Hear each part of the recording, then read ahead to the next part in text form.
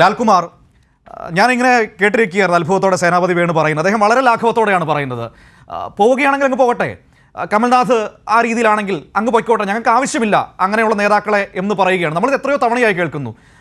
നേരത്തെ കുറേ പേരുകൾ ഞങ്ങൾ എല്ലാവരും പറയുകയുണ്ടായി. ആ സമയത്തും അവർ പറഞ്ഞത് ഇതേ ന്യായം തന്നെയായിരുന്നു. അങ്ങനെ പോകുന്നവരെ ഞങ്ങൾക്ക് ആവശ്യമില്ല.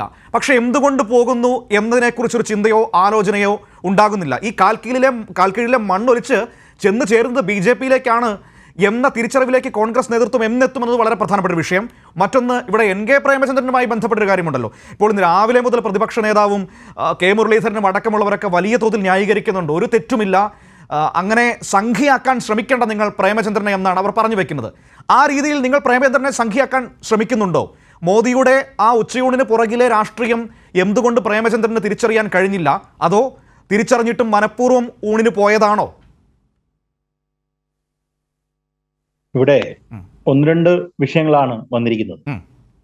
ഒന്ന്, ഇപ്പൊ കമൽനാഥ് പോകുന്നെങ്കിൽ പോട്ടെ, അല്ലെങ്കിൽ മറ്റ് ആൾക്കാർ, ഇപ്പൊ കോൺഗ്രസിനോട് താല്പര്യം ഒട്ടുമില്ലാത്ത ആൾക്കാര് ഏത് സമയത്തും അവരെ വിട്ടുപിരിഞ്ഞു പോകുന്നതിൽ പ്രശ്നങ്ങളൊന്നുമില്ല എന്ന് മാത്രമേ കോൺഗ്രസിന്റെ പ്രതിനിധിക്ക് പറയാൻ പറ്റൂ. അത് അദ്ദേഹത്തിന് ഒരു നിസ്സഹായത ഉണ്ട് എന്ന് നമ്മൾ മനസ്സിലാക്കും.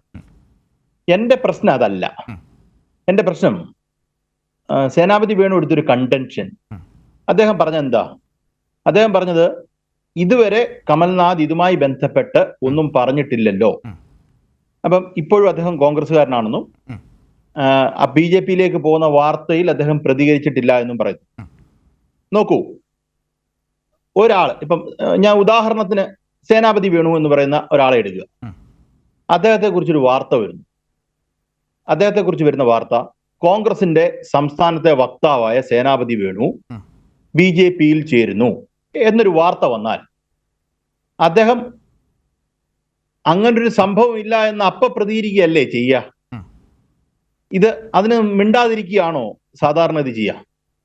ഞാൻ മനസ്സിലാക്കുന്നത്, ശക്തനായ കോൺഗ്രസ്സുകാരനായ കോൺഗ്രസിന്റെ വക്താവായ സേനാപതി സേന തന്നെ പറയും ഇത് തെറ്റായ വാർത്തയാണ്, അങ്ങോട്ട് ചർച്ചയും ഉണ്ടായിട്ടില്ല, എനിക്ക് BJP പോകുന്നതിനെ കുറിച്ച് ചിന്തിക്കാൻ പോലും പറ്റില്ല, ഞാൻ ഉയർത്തിപ്പിടിക്കുന്ന രാഷ്ട്രീയം കോൺഗ്രസിന്റെ രാഷ്ട്രീയമാണ്, കോൺഗ്രസിന്റെ ഇന്ന ആളാണ് ഞാൻ എന്ന് പറയത്തില്ലേ? അപ്പൊ ഇത്രയും നേരം കഴിഞ്ഞിട്ടും മിണ്ടാതിരിക്കുന്ന കമൽനാഥാണ് അവിടുത്തെ അപകടകാരി.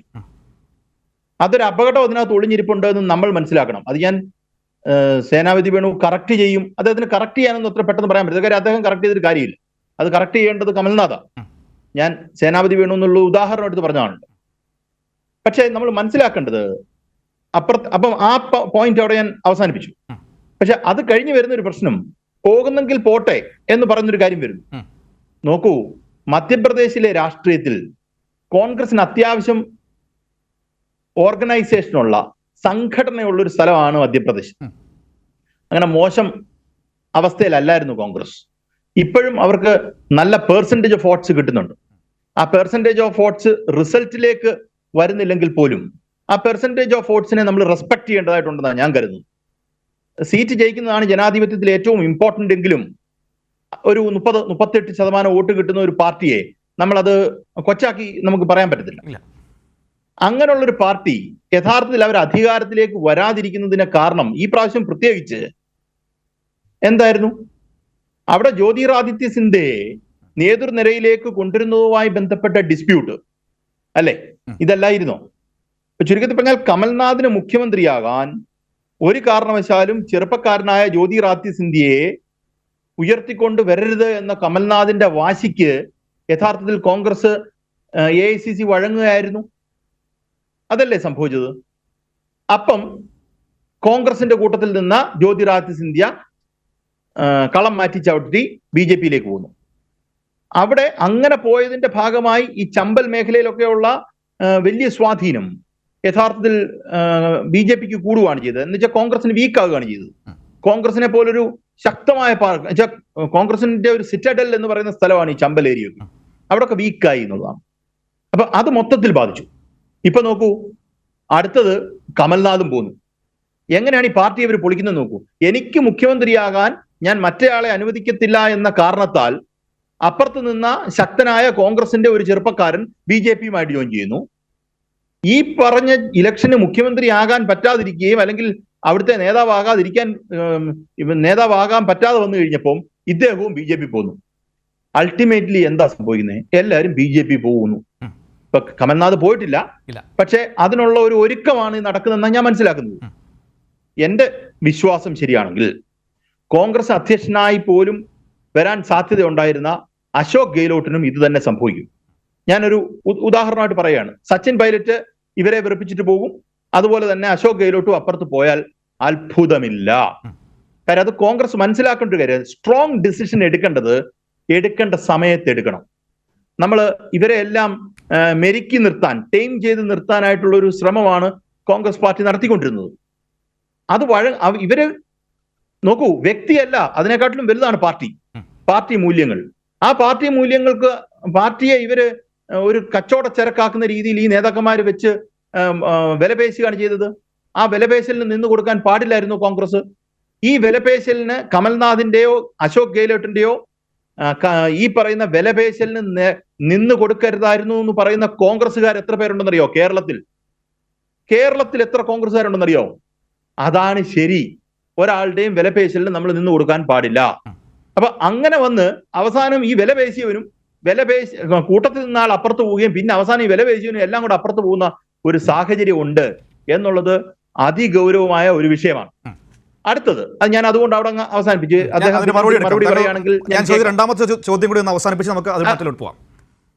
അതിലേക്ക് വരാം. വേണിച്ചേട്ടൻ പറഞ്ഞ പല കാര്യങ്ങളും ഞാൻ ആദ്യത്തെ കേട്ടില്ല. നെറ്റ്വർക്കിന്റെ ഒരു പ്രശ്നം ഉണ്ടായിരുന്നോണ്ട് ഞാനത് കേട്ടില്ല. അത് ഞാൻ അവിടെ വിടുന്നു. പിന്നെ പ്രേമേന്ദ്രനെ കുറിച്ചാണ് പറഞ്ഞത്. പ്രേമേന്ദ്രൻ RSPക്കാരനാണ്, അതിന് നമുക്ക് സംശയമില്ല. ഇടതുപക്ഷവുമായിട്ട് സഹകരിച്ചിട്ടുള്ള ഒരാളാണ്. ഇടതു മൂല്യങ്ങളുള്ള ഉണ്ടാകാൻ സാധ്യതയുള്ള ഒരു വ്യക്തിയാണ്. പക്ഷേ അദ്ദേഹത്തെ പോലൊരാള് നോക്കൂ, പ്രധാനമന്ത്രി ഒരു ലഞ്ചിന് വിളിക്കുന്നു.